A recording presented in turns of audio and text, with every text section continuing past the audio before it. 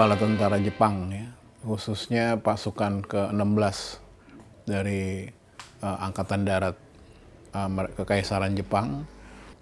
Menurut dua referensi, yang pertama itu buku yang ditulis berupa skets pertempuran oleh Saseo Ono, salah seorang kartunis, ilustrator dan juga pembuat film dari Manga Group ya, yang ikut dalam salah satu dari 3 kapal yang mendarat di Teluk Banten.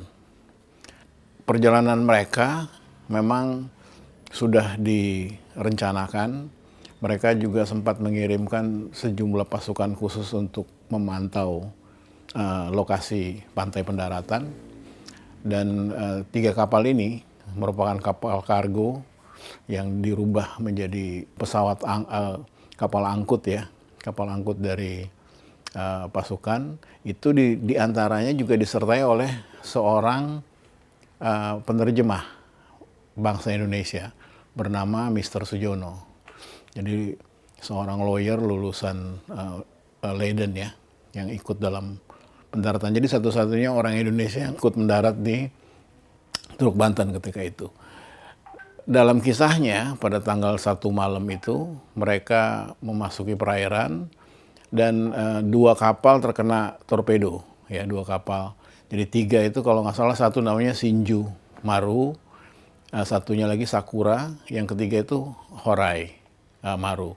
Nah, yang kapal ketiga ini itulah kapal yang mengangkut Sujono dan juga Saseo Ono, dan kapal ini selamat sampai di pantai pendaratan. 2 kapal lainnya tertembak menjelang pendaratan sehingga seluruh kru itu harus berenang menuju pantai. Yang menarik dalam pendaratan ini adalah bahwa bala tentara Jepang ini menyiapkan kira-kira 100 ya, kurang lebih menurut catatan-catatan yang ada, termasuk pengantar dari buku Saseo Ono, 100 dan 11 perwira gitu. Mereka sudah menyebut diri mereka sebagai Sendenbu, jadi barisan propaganda di bawah Gunsekanbu alias pasukan Angkatan Darat Kekaisaran. Nah, mereka mendarat. Salah satu kapal yang terkena torpedo adalah yang juga ditumpangi oleh panglima tertinggi mereka, itu Letjen Imamura gitu. Jadi mereka semua menyeberang dan 100. Jadi ini ada 100 ya, ada seniman, ada kartunis, pembuat film, penulis dan sebagainya. Semua rata-rata adalah tokoh-tokoh terpandang di Jepang, dan mereka harus bertugas atas nama negara gitu. Jadi mereka lah yang kemudian membangun citra tentang keberadaan saudara tua tanda petik dari pasukan Jepang. Dan keterlibatan dari 100 mereka ini itu salah satunya terdiri dari Saseo Ono itu, yang kemudian juga dibentuk lagi menjadi, mereka menyebutnya barisan kebudayaan. Itu namanya Sendenhan ya. Nah, mereka ini yang berganti dan masuk ke kampung gitu, bikin mural. Jadi Jepang masuk tanggal 1, tanggal 2, tanggal 3, tanggal 5 sudah masuk ke Serang, dan Saseo Ono sudah mulai membuat mural-mural pertama. Gambarnya tuh ada orang Indonesia lagi gitu ya. Jadi catatan yang dilakukan dari fotografi sangat kurang. Jadi kita bisa mencoba melihat dari sketch-sketch yang dibuat oleh Saseo Ono gitu ya. Nah, yang menarik lagi dari situ kita bisa melihat bahwa latihan-latihan inilah, walaupun cara propaganda ala Jepang ini sebetulnya dicontek juga dari pemerintahan Nazi gitu ya, karena mereka ini merupakan sekutu. Jadi inilah yang kemudian juga masuk ke Indonesia. Mereka bertemu dengan tokoh-tokoh seniman Indonesia muda gitu ya, pimpinan Sujono dan kawan-kawan. Lalu mereka mulai menggunakan mural dan coretan-coretan di dinding, di kereta api dan sebagainya sebagai cara untuk melawan kolonialisme begitu. Jadi ini salah satu ya mungkin jejak gitu ya, jejak dari 100 seniman dan budayawan yang ikut bersama rombongan pendaratan pertama di 3 tempat di Eretan Indramayu, Kerangan di Jawa Tengah, dan Teluk Banten, di mana 3 kapal ini mendarat.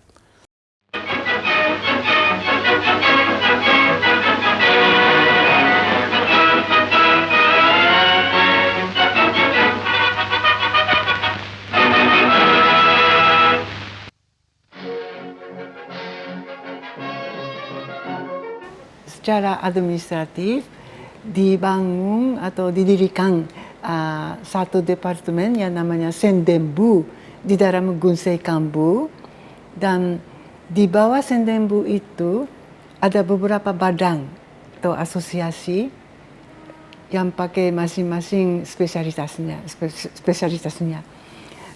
Umpamanya kalau film ada Jawa Egasha, tapi kalau untuk sandiwara, untuk surat kabar, untuk broadcasting, ada badan masing-masing. Semua di bawah pengawasan Sendenbu. Dan Sendenbu itu hanya administrasi saja, dan yang melaksanakan itu badan-badan yang di bawahnya. Terus kalau film itu paling diutamakan pada waktu itu, karena nomor 1, waktu itu tingkat literasi itu tidak begitu tinggi, ya terus terang masih banyak orang yang tidak bisa baca, ya maka itu media cetak tidak begitu laku, ya, dan memang televisi tidak ada, radio memang baik, tapi kalau film pakai visual juga, jadi audio visual itu paling cepat masuk ke otak, ya. Jadi meskipun komunikasi antara orang Jepang dan orang Indonesia itu paling cocok filmnya, paling cepat masuknya. Untuk membuat film di sini dibangun satu perusahaan yang namanya Nippon Eigasha. Ini untuk membuat film. Tapi selain daripada itu juga Eiga Haikyusha. Ini perusahaan khusus untuk mendistribusikan film. Dan perusahaan itu selain daripada mendistribusikan film ke bioskop, juga mengadakan film keliling di pelosok-pelosok.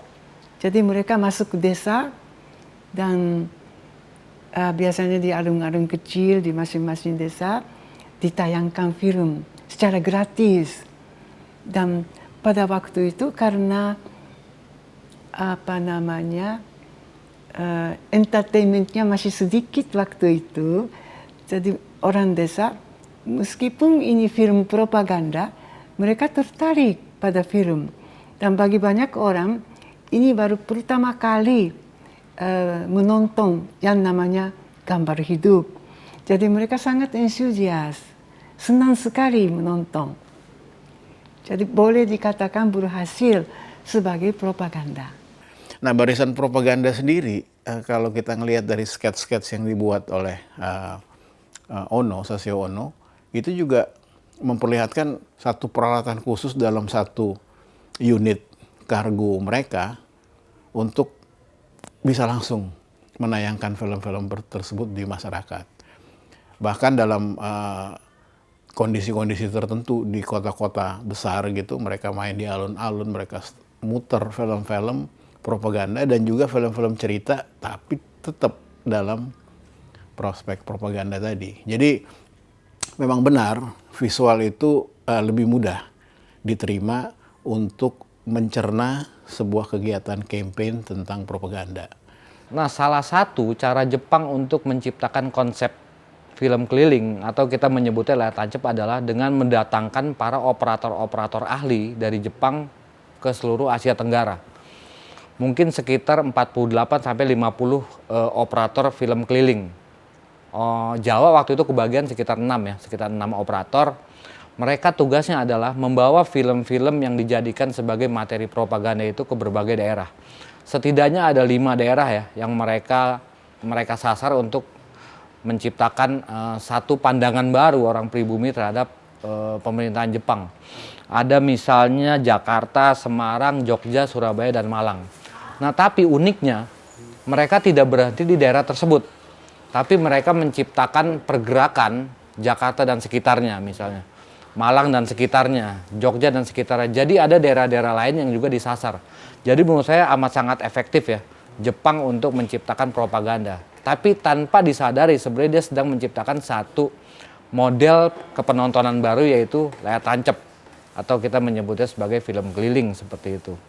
Nah, biasanya itu model-model film itu diputarkan di kota-kota yang dianggapnya itu sebagai kota-kota yang paling banyak penduduknya. Nah, biasanya itu di tingkat-tingkat kecamatan. Jadi mereka pinter tuh. Mereka menciptakan satu tempat-tempat baru yang dianggapnya sebagai pusat pemerintahan, di mana semua pribumi itu pasti akan datang ke sana ketika ada model tontonan baru seperti itu. Di Jatinegara ada perusahaan film Belanda yang namanya Multifilm, dan semua alat-alatnya lengkap. Dan tentara Jepang menyita seluruh gedungnya dan alat-alatnya dan semuanya. Dan kata orang, kamera, tustel, dan film-film itu mutunya sangat bagus, jauh lebih bagus daripada buatan Jepang. Jadi sineas Jepang sangat gembira melihat itu, memakai itu, dan mereka sangat senang kerja di Indonesia. Pembuatan filmnya difokuskan ke film dokumenter dan film berita. Kalau film dokumenter ada beberapa jenis. Satu khusus untuk propaganda politik. Ya, Jepang itu bagus, baik begini, dan negara Jepang itu begitu maju dan sebagainya. Itu satu jenis. Satu lagi itu untuk memperbaiki kehidupan rakyat. Umpamanya untuk kesehatan, atau menanam tanaman baru dan sebagainya, dan animasi. Dan yang menarik itu waktu itu sudah ada animasi di Jepang dan dipakai untuk propaganda. Yang animasi hanya mungkin ya 5 atau 6, yang lainnya film dokumenter. Salah satu lakon yang ada dalam dokumentasi video gitu ya, film-film pendek yang diedarkan oleh mereka, itu ada berjudul, kalau nggak salah, Menabung ya, tentang membiasakan, mengkampanyekan kebiasaan menabung gitu. Jadi menabung uang, kalau nggak salah judulnya lagu Menabung Uang gitu. Nah, itu dibuat oleh Ono sendiri gitu. Lalu ada sutradara juga yang akhirnya menetap di Indonesia, mereka setelah Perang Pasifik berakhir dia nggak pulang gitu. Itu namanya Hinatsu Etaro gitu. Itu bikin film juga salah satu tentang judulnya Fajar Hampir Menyingsing gitu ya. Itu juga diputar di beberapa areal-areal layar tancap. Yang satu lagi Australia Calling. Jadi tentang tawanan-tawanan perang ya di sekutu di Australia. Jadi mereka ini salah satu sutradara gitu ya. Yang lain kalau nggak salah Fumindo gitu. Itu juga membuat film-film dokumenter dan juga membawa film-film berbau propaganda, film-film cerita pendek gitu yang digunakan mengelilingi areal-areal pertunjukan itu. Jadi visual itu salah satu primadona lah, primadona dari barisan propaganda ini untuk menyebarkan bahwa ayo bergabung, ikut menjadi Romusa, kira-kira seperti itu.